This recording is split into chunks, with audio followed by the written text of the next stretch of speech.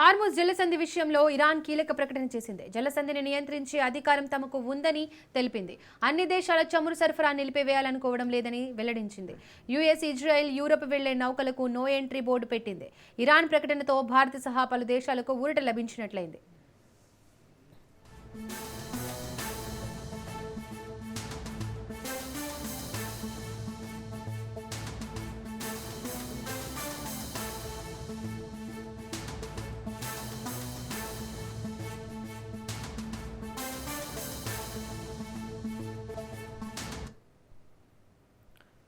Hormuz జలసంధి విషయంలో Iran కీలక ప్రకటన చేసింది. జలసంధిని నియంత్రించే అధికారం తమకు ఉందని తెలిపింది. అన్ని దేశాల చమురు సరఫరా నిలిపివేయాలనుకోవడం లేదని వెల్లడించింది. యుఎస్, ఇజ్రాయెల్, యూరప్ వెళ్లే నౌకలకు నో ఎంట్రీ బోర్డు పెట్టింది. ఇరాన్ ప్రకటనతో భారత్ సహా పలు దేశాలకు ఊరట లభించినట్లయింది. ఇదే అంశానికి సంబంధించి మరింత సమాచారాన్ని మా ప్రతినిధి ప్రవీణ్ లైవ్ ద్వారా అందిస్తారు. ప్రవీణ్. దీపిక, అయితే ఇరాన్ ఇజ్రాయెల్ మధ్య కొనసాగుతున్నటువంటి యుద్ధంలో మొత్తంగా కూడా ఉద్రిక్తల నేపథ్యంలో హార్ముజ్ జలసంధి ఏదైతే ఉందో హార్ముజ్ జలసంధి విషయంలో ఇరాన్ కీలక ప్రకటన కూడా చేసినట్టుగా కూడా తెలుస్తుంది. అయితే ప్రపంచ చమురు రవాణా అత్యంత కీలకమైనటువంటి ఈ యొక్క సముద్ర మార్గాన్ని పూర్తిగా మూసివేయాలనే ఉద్దేశం మాకు లేదు అంటూ కూడా ఒక ప్రకటన చేసింది. అదేవిధంగా మొత్తంగా అయితే అమెరికా, ఇజ్రాయెల్ మరియు యూరప్ దేశాలకు వెళ్ళే నౌకలపైన పరిమితులు ఉంటాయంటూ కూడా చెప్పడం జరిగింది. మొత్తంగా చూసుకుంటే ఈ ప్రకటనతో ప్రపంచవ్యాప్తంగా తీవ్ర చర్చ అయితే మొదలైనట్టుగా కూడా తెలుస్తుంది. అయితే ఆ మధ్యప్రాచ్యంలో ఉన్నటువంటి ఇరాన్ కానీ, అమెరికా కానీ, ఇజ్రాయెల్ మధ్య ఉద్రిక్తలు మొత్తంగా రోజు రోజుకు పెరుగుతున్నాయి. కంటిన్యూస్గా 6వ రోజు అయితే మొత్తంగా యుద్ధం కొనసాగుతున్న నేపథ్యంలో మొత్తం హార్ముజ్ జలసంధి అంశం అంతర్జాతీయంగా ప్రాధాన్యతను సంతరించుకున్నట్టుగా కూడా తెలుస్తుంది. హార్ముజ్ జలసంధి ఇరాన్ మరియు ఒమాన్ మధ్య ఉండేటటువంటి అయితే యొక్క సముద్ర మార్గంగా అయితే మొత్తంగా కూడా గుర్తిస్తారు. మొత్తంగా చూసుకుంటే కనుక అయితే పర్షియన్ గల్ఫ్ నుండి అరేబియా సముద్రానికి వెళ్ళే ప్రధాన ద్వారం మీద ఈ యొక్క మొత్తం హార్ముజ్ జలసంధి ఉంటుంది. కాబట్టి అందుకే ప్రపంచ చమురు సరఫరాలో ఈ మార్గానికి అత్యంత ప్రాముఖ్యత ఉంది.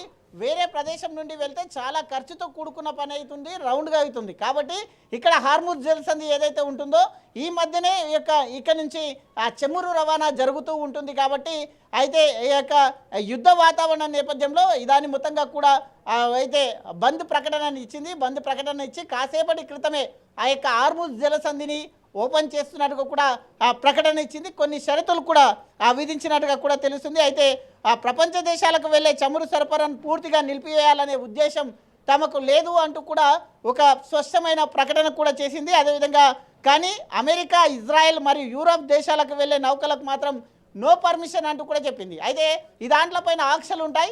ఇక్కడ అమెరికా కానీ, ఇజ్రాయెల్కు కానీ, ఇక్కడ మొత్తంగా కూడా యూరప్ కంట్రీలకు వెళ్ళేటటువంటి ఆ యొక్క నౌకలు ఏవైతే ఉంటాయో చమురు తీసుకొని వెళ్తున్నటువంటి నౌకల పైన నిషేధం ఉంటుంది అని కూడా చెప్పడం జరిగింది.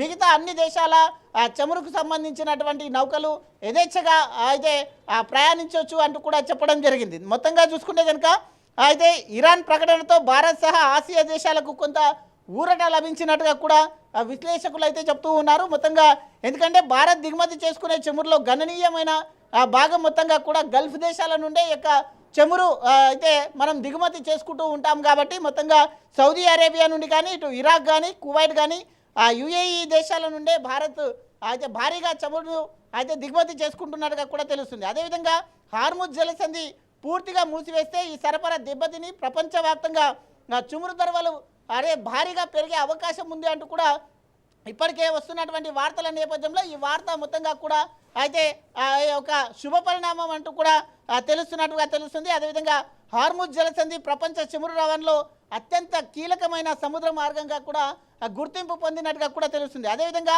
రోజుకు దాదాపు 17 నుంచి 20 మిలియన్ల బ్యారెల్స్ చమురు ఈ మార్గం గుండా ప్రయాణం చేస్తున్నట్టుగా కూడా తెలుస్తుంది. అదేవిధంగా గల్ఫ్ దేశాల నుండి బయలుదేరే చమురు ట్యాంకర్లు ఎక్కువగా ఈ మార్గాన్ని ఉపయోగిస్తాయంటూ కూడా తెలుస్తుంది. అయితే ఈ కారణంగానే హార్ముజ్ జలసంధిని ప్రపంచ అత్యున్నత వ్యూహాత్మక సముద్ర మార్గంగా భావిస్తూ ఉంటారు. అదేవిధంగా గతంలో కూడా ఇరాన్ ఈ మార్గాన్ని మూసివేస్తామని హెచ్చరికలు చేసిన సందర్భాలు కూడా ఉన్నాయంటూ కూడా విశ్లేషకులు చెప్తూ ఉన్నారు.